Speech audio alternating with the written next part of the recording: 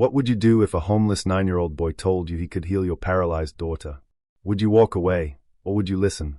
This is the story of Max Rodriguez, a boy with nothing who gave everything.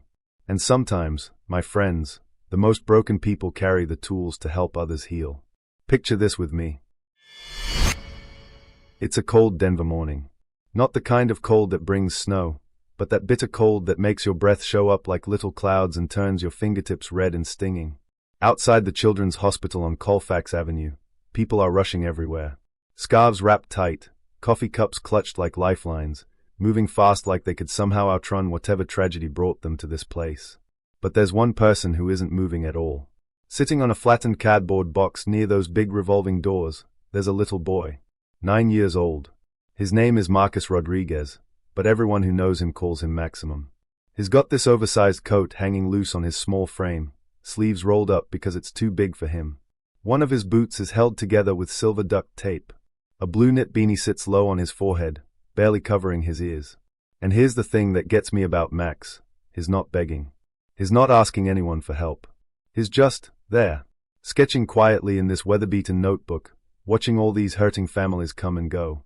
He's there most Saturdays, you know. Some of the hospital staff tried to move him along when he first showed up, but after a while, they just gave up. Max didn't cause any trouble. He'd smile when people talked to him, kept to himself, minded his own business. Most folks figured he had a parent or maybe a sick brother or sister inside. Nobody asked too many questions. Not in a place like that. But Max? He was always watching. Always seeing things other people missed. Now across the street, there's this dark silver Audi idling by a fire hydrant. The engine's running, but nobody's getting out. Inside sits Thomas Mitchell, a man in his late 40s with sharp features and graying temples that spoke of too many sleepless nights. You could tell he had money just by looking at him. His expensive suit, that gleaming car, wealth written all over the scene. But if you looked closer, really looked, you'd see a man who was completely, utterly exhausted. A man running on empty. In the back seat, secured in a booster chair, was his daughter Emma. 6 years old, with these beautiful brown curls tucked behind one ear and legs covered by a soft pink blanket. Her wide eyes stared straight ahead, but she wasn't really seeing anything. She was somewhere else entirely, locked away in a place where climbing trees and racing cousins was just a memory that hurt too much to think about. You see, a tragic accident had changed everything for the Mitchell family. One moment, Emma was this vibrant little girl who could shimmy up any tree in the backyard, who'd challenge anyone to a race and usually win. The next moment, she was paralyzed from the waist down, sitting in silence, trapped in her own little world of what used to be. Thomas opened that back door and lifted his daughter out so carefully, like she might fall apart in his hands. He placed her gently in her wheelchair, and you could see it in every movement, the weight of helplessness, the crushing reality that all his money, all his connections, all his desperate searching for the best doctors and specialists couldn't bring back the little girl who used to laugh and run and live out loud. He didn't notice Max at first. Most people didn't. But Max? Oh, Max saw everything. He watched the way Thomas held Emma like she was made of glass. He saw how her eyes avoided the hospital building, like looking at it might make the nightmare more real. He felt the weight of all that unspoken grief they both carried. And then, just before they passed by his little cardboard throne, Max stood up. This small boy in his too big coat and duct-taped boots, and he called out, clear as day, calm as anything, "Sir, I can make your daughter walk again." Now, Thomas stopped dead in his tracks. Not because he was angry or confused, though he was both of those things. He stopped because of how those words were said. Not like some street corner salesman trying to make a quick buck. Not like a joke or a taunt. Just soft, clear, and completely serious. Like Max believed it with every fiber of his 9-year-old being. "What did you just say?" Thomas asked, his arms instinctively tightening around Emma. Max didn't flinch. Didn't back down. He stepped forward, tucking his notebook under his arm, and said, "I said I can help her walk again." There was no smile on his face. No uncertainty in his voice. Just this, stillness. This grown-up kind of calm in a child's body that honestly unnerved Thomas more than any angry outburst would have. Thomas looked down at Max's worn clothes, at that duct tape holding his boot together, at the cracked glasses hanging from a string around his neck. This had to be some kind of scam, right? Some cruel joke or maybe a setup for something worse. "You don't even know her," Thomas snapped. "You don't know what we've been through." Max shook his head slowly. I don't have to know her to help. You're a little boy with duct tape on your shoes, Thomas said, his voice getting sharper. What could you possibly know about helping someone like my daughter? And that's when Max looked down, his fingers tracing the edge of his notebook, and said something that would echo in Thomas's mind for days. My mama used to help people walk again. She was a physical therapist. She taught me that the body remembers things, even when it forgets for a while. Thomas wanted to walk away. Every logical part of his mind screamed that this was ridiculous. But something made him pause. Maybe it was the way hospital staff were nodding at Max as they passed, little waves, knowing smiles. These people clearly knew this kid. They'd accepted him as part of the landscape. My mama used to take me to shelters after school, Max continued, his voice soft but steady. She helped veterans, folks who couldn't afford therapy. Said everybody deserves to feel human again. I used to carry her bag. There was something in the way he said used to that hit Thomas right in the chest. Past tense. This boy had lost his mother, was living on the streets, and yet here he was, trying to help strangers. She taught me that the body doesn't always need fancy machines and expensive treatments, Max said. Sometimes it just needs attention. Someone who believes it can remember what it used to do. Thomas stared at this small boy for a long moment. Emma had been through months of the best therapy money could buy. Teams of specialists, state-of-the-art equipment, treatments that cost more than most people made in a year. And here was a homeless kid with duct tape on his shoes claiming he could do what all those experts couldn't. It was insane. It was impossible. It was. 1 hour, Max said quietly. Just give me 1 hour to show you what I mean. If nothing happens, you never have to see me again. Thomas looked back at Emma. She was watching them both with those wide, curious eyes, the first real interest he'd seen from her in months. Where? He heard himself asking. Riverside Park. Tomorrow at noon. And before Thomas could change his mind, before logic could kick in and remind him how crazy this all was, he found himself nodding. Fine. You want to waste your time, kid? We'll be there. Don't be late. Max nodded once, serious as a heart attack. I'll be there. Thomas climbed into his SUV, started the engine, and drove away without looking back. But in his rearview mirror, he could see Max still standing there, hands at his sides, that unreadable expression on his young face. That night, after dinner, Thomas sat in his home office staring at paperwork that might as well have been written in a foreign language. His mind kept drifting back to that moment, to the absolute certainty in a 9-year-old boy's voice. Emma poked her head into the room. Daddy. Yeah, baby. Who was that boy today? Thomas paused, not sure how to answer. Just, somebody we met outside the hospital. Emma was quiet for a moment. Then she said, he looked like he believed it. Believed what? That I could walk. Thomas stared at his daughter, watching as she smiled, just barely, and walked her fingers across the armrest of her wheelchair like they were tiny legs taking tiny steps. But Thomas wasn't smiling. Because for the first time in 6 months, something inside his chest didn't feel completely numb. It felt dangerous. It felt like hope. And hope, as every parent of a disabled child knows, can be the most beautiful and terrifying thing in the world. Tomorrow, they would go to Riverside Park.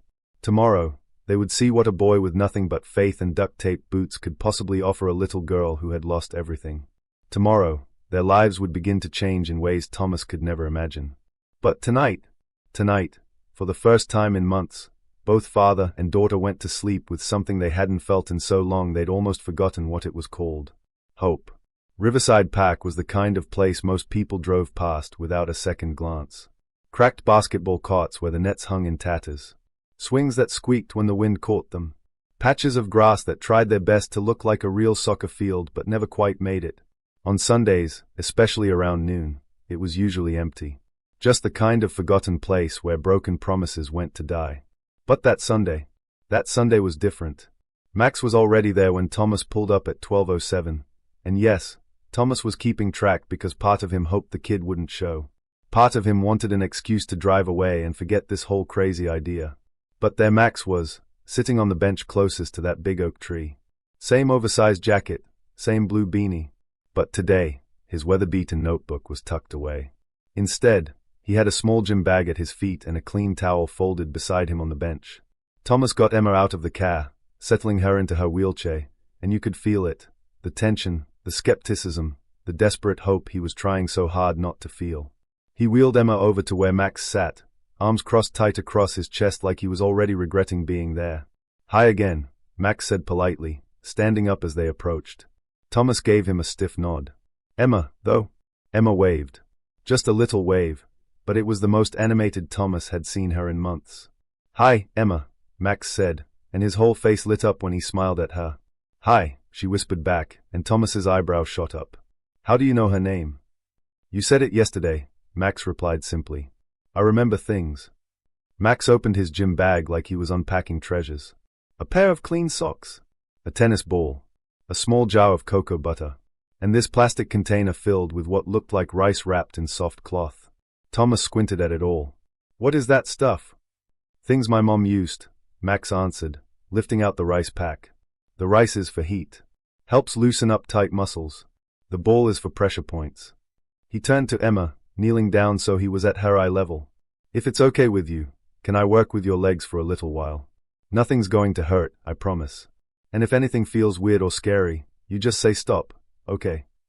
Emma looked up at her dad.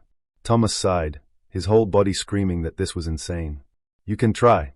Just be careful." Max gently unwrapped the blanket from Emma's legs and placed that warm rice pack over her thighs. Emma flinched a little at first. "Too hot?" Max asked immediately. She shook her head. "It feels good." And so it began. Max waited a few minutes, letting that gentle warmth do its work. Then he started moving her legs, not yanking, not forcing, just small rotations. Side to side, up and down. The kind of movements that looked so simple but were clearly anything but random. Thomas watched like a hawk, ready to jump in if something went wrong. But nothing did. Nothing except patience. The kind of infinite, gentle patience that most adults had forgotten how to give.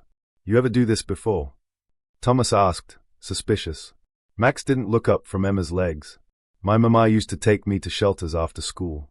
She helped veterans, folks who couldn't afford fancy therapy. Said everybody deserves to feel human again. I used to carry her bag, watch her work." "And she taught you all this?"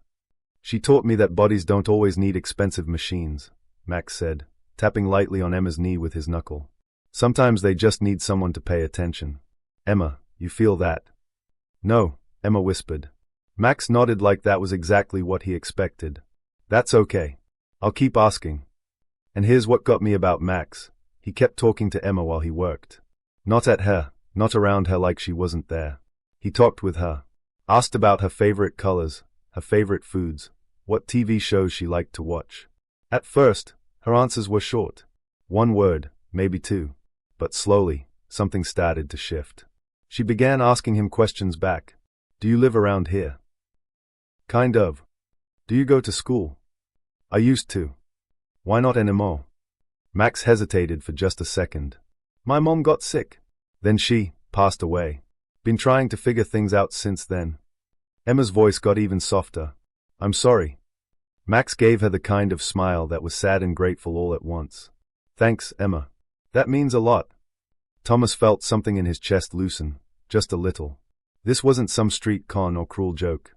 This was a boy who had lost everything, trying to help a girl who felt like she had too. After about 30 minutes, Max gently tapped Emma's ankle. "You feel that?" Emma blinked, like she was surprised by her own answer. "A little. Like pressure." Max looked up at Thomas. "That's really good." Thomas frowned. "She sometimes says that during her regular therapy sessions." "Yeah," Max replied.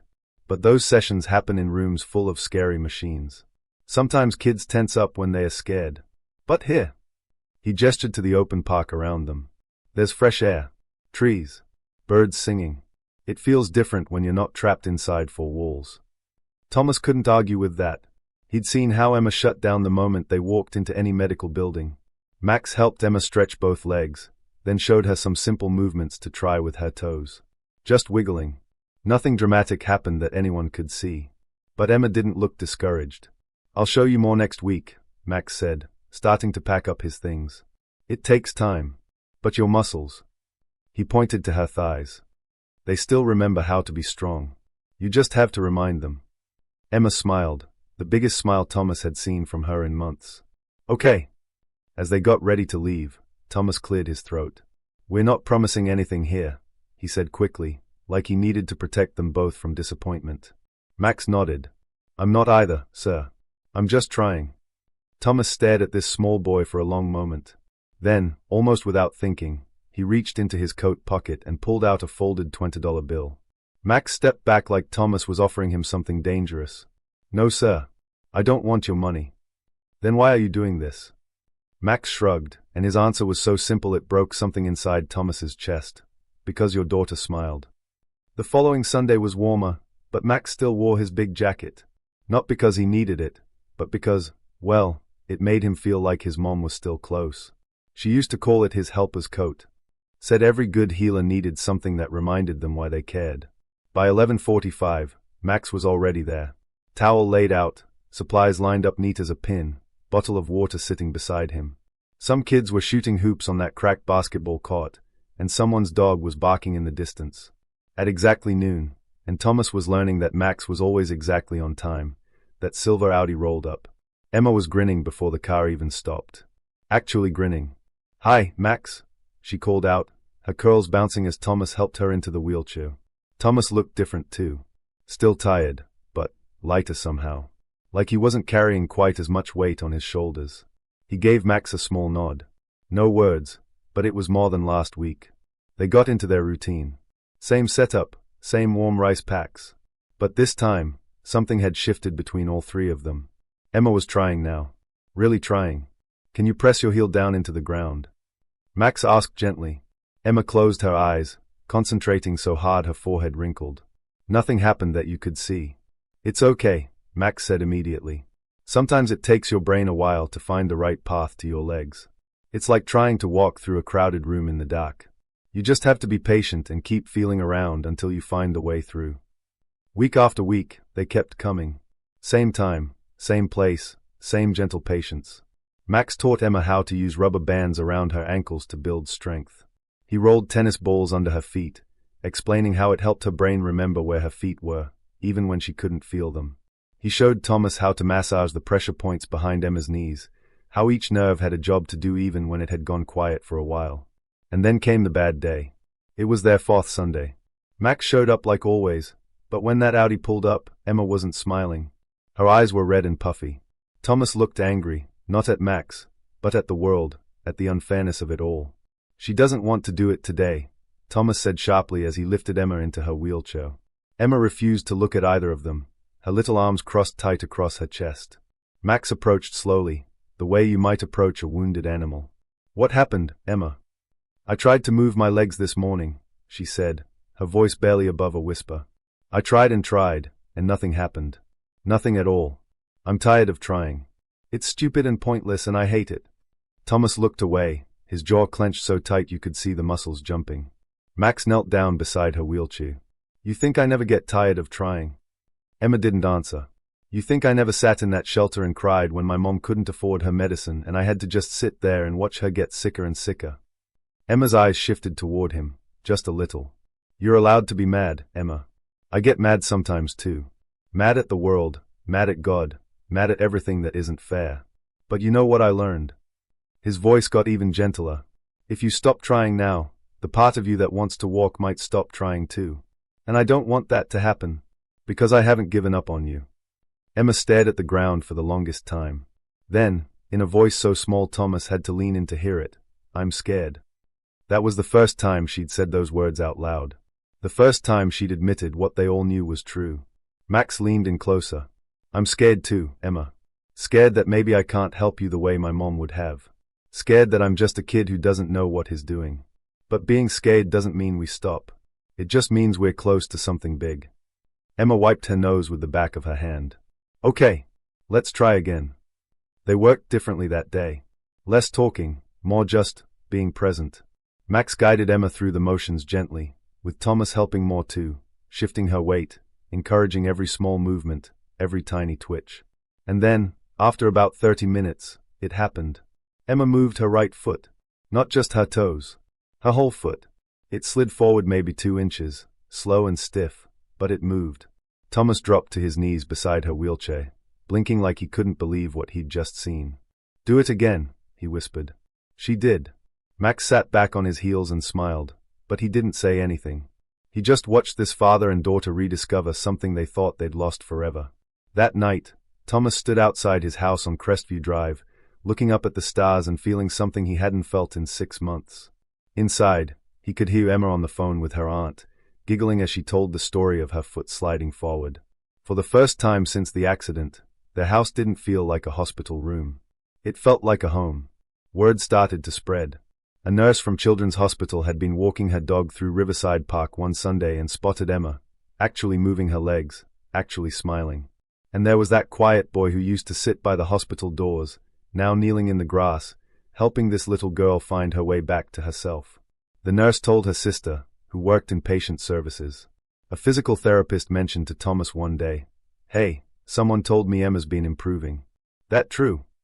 "Yeah," Thomas said. "Thanks to someone we never expected." By the next Sunday, 2 other families were waiting by that oak tree. One had a boy who used a walker. The other, a girl recovering from a stroke. Both sets of parents had heard whispers about the kid who was helping the Mitchell girl move again. Max looked at Thomas. Thomas looked right back at him. "You don't have to," Thomas said quietly. Max adjusted the strap on his gym bag. "I want to." He gave up his usual time with Emma that day to work with the 2 new kids. Showed their parents how to use the same gentle stretches, how to warm the rice packs just right, how to encourage without pushing too hard. And he talked to each child the way he talked to Emma, with respect, with hope, with absolute belief in their ability to heal. "You're not broken," he told the boy with the walker. "You're just learning a different way to be strong." Emma watched everything from her wheelchair, her hands folded in her lap. She didn't complain once about sharing Max's attention. Later, on the drive home, she said, "I like watching him help other people." "Yeah?" Thomas asked, glancing at her in the rearview mirror. "Yeah. It makes me feel like I'm part of something good." By the next weekend, 5 families showed up. The week after that, 11. A local pastor brought folding chairs. A nearby cafe started dropping off coffee and bagels. Someone printed up flyers, free movement classes, Sundays at noon, Riverside Park. A reporter showed up with a camera and notebook. Thomas pulled Max aside. "You okay with this?" Max looked around at all the families, at kids moving limbs that hadn't moved in months, at Emma laughing with a girl on crutches.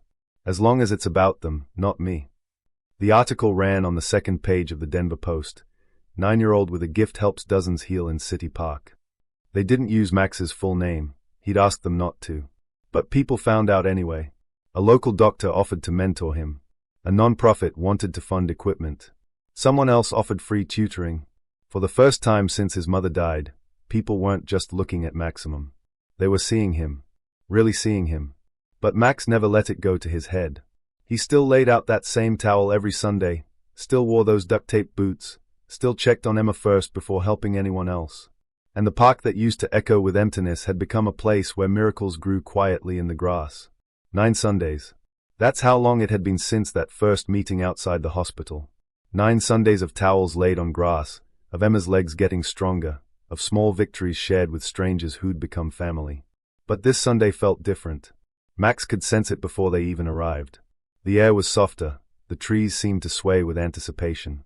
Even Emma was quieter in the back seat, not sad quiet, but focused quiet, like she was preparing for something big. When they pulled up to Riverside Park, a small crowd had already gathered. Nothing loud or pushy, just families setting up their chairs, therapists kneeling with kids, parents with hope shining in their eyes. And there in the middle of it all was that same worn bench under the oak tree, where a homeless boy had first dared to believe in the impossible. Max didn't say anything at first. Just unpacked his bag, rolled out his towel, and looked at Emma with those serious eyes. "You ready?" She nodded. No smile this time. Just pure determination. Thomas wheeled her to the center of the mat. Max knelt in front of her, and for a moment, the whole park seemed to hold its breath. "Same as always," Max said softly. "We help you stand. You do the rest." Thomas moved behind Emma and placed his hands under her arms. Max took her legs, guiding them gently into position. "Okay, Emma," Max whispered. "On 3. 1, 2, 3. Thomas lifted. Max steadied her knees. And then, Emma stood. Her legs trembled. Her arms shook. But she was up, standing on her own 2 feet. The crowd fell absolutely silent. Some kids gasped. One mother pressed her hand over her mouth. Emma opened her eyes slowly, looked down at her feet touching the ground, and whispered, "I'm standing." "Yeah," Max said, his own voice shaky with emotion. "You are." Thomas froze for a heartbeat, like he couldn't breathe. Then he let go of Emma's arms. She stayed up. He stepped back, his hands trembling. She was still standing. And then, because she was 6 years old and brave and didn't know the word impossible, Emma took one shaky step forward. Then another. And then, with her father's tears falling and Max's quiet encouragement and a crowd of believers watching in wonder, she took a third step and fell into her daddy's arms. He caught her, laughing and crying at the same time, holding her like she was made of starlight and dreams come true. "You did it," he whispered. "Oh my God, Emma, you really did it." Emma turned to Max, her face glowing with joy and triumph. "You said I would." Max grinned through his own tears. "I said we'd try." That afternoon, nobody hurried to leave the park. People stayed and talked and hugged, and some even prayed. Max sat back on his bench and watched it all, this community that had grown around one small boy's refusal to give up. Later that night, as Thomas stood in his kitchen watching Max eat cereal, he said, "You know you changed everything, right?" Max didn't look up from his bowl. "Emma did that." "My daughter walked today," Thomas said, his voice thick with emotion. "Not because of some hospital or doctor or miracle drug. She walked because a kid with nothing decided to show up, again and again, even when nobody asked him to." Max looked up then. "That's what my mom would have done." Thomas's throat got tight. "I wish she could have seen this." "She did," Max said quietly. "I think she sees everything." And you know what? Thomas believed him. There are people in this world who don't have fancy degrees or perfect resumes or clean pasts. But they carry something far more valuable than any of that. They carry heart. They carry grit. They carry the kind of stubborn love that refuses to quit. Sometimes the most broken people are the ones holding the tools to help others heal. Max Rodriguez proved that healing doesn't always come from expected places. Sometimes it comes from the most unlikely heroes, from 9-year-old boys with duct-taped boots who sit on cardboard boxes and refuse to give up on people the world has forgotten.